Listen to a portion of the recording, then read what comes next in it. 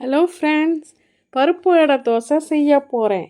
கடலைப்பருப்பு, துவரம்பருப்பு, பாசிப்பயர், கருப்பு உளுந்து, பச்சை அரிசி, புழுங்கல் அரிசி, சிவப்பு அரிசி ஒவ்வொன்றிலையும் 1 கப்பு போட்டு 2 மணி நேரம் ஊற வைங்க. அதில் 10 மிளகாய் போட்டு சோம்பு, பூண்டு, இஞ்சி இதெல்லாம் போட்டு தண்ணி ஊற்றி அரைங்க.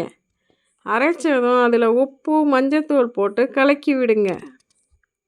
அடுப்பில் வானல் வச்சு 2 கரண்டி எண்ணெய் ஊற்றி அதில் கடுகு போடுங்க. கடுகு நல்லா பொரிஞ்சு வந்ததும் 3 டீஸ்பூன் கடலைப்பருப்பு போடுங்க. கடலைப்பருப்பு நல்லா சிவப்பாக ஆகணும். கடலைப்பருப்பு சிவப்பாக ஆனதும் அதில் கொஞ்சம் பெருங்காயத்தூளை போடுங்க.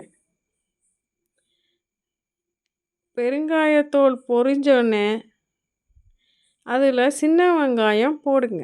சின்ன வெங்காயம் எவ்வளோ வேணாலும் போடலாம், அளவு இல்லை.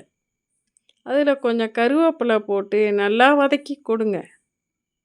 கொத்தமல்லியும் இருந்தால் போட்டுக்கலாம். அதை இறக்கி அந்த மாவில் கொட்டுங்க.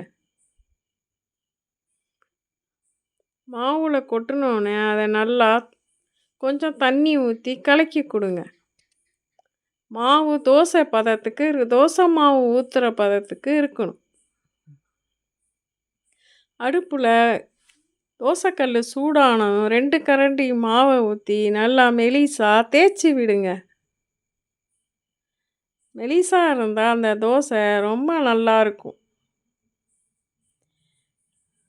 2 ஸ்பூனு நல்லெண்ணெய் ஊற்றுங்க. தோசை நல்லா வெந்ததும் மறுபக்கம் திருப்பி போடுங்க. திருப்பியும் எண்ணெய் ஊற்றணுன்னா ஊற்றிக்கலாம். எண்ணெய் தவிர்ப்பவங்க தவிர்த்திடுங்க.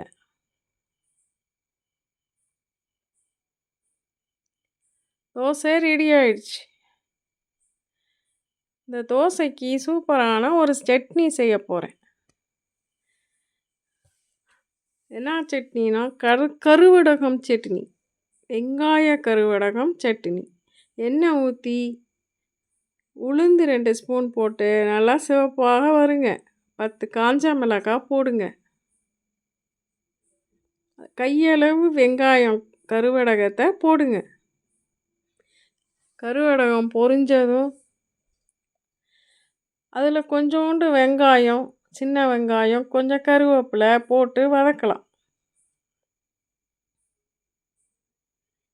இது நல்லா வதங்கி வந்தோடனே தேங்காவை சில்லாக வெட்டி அதில் போடுங்க.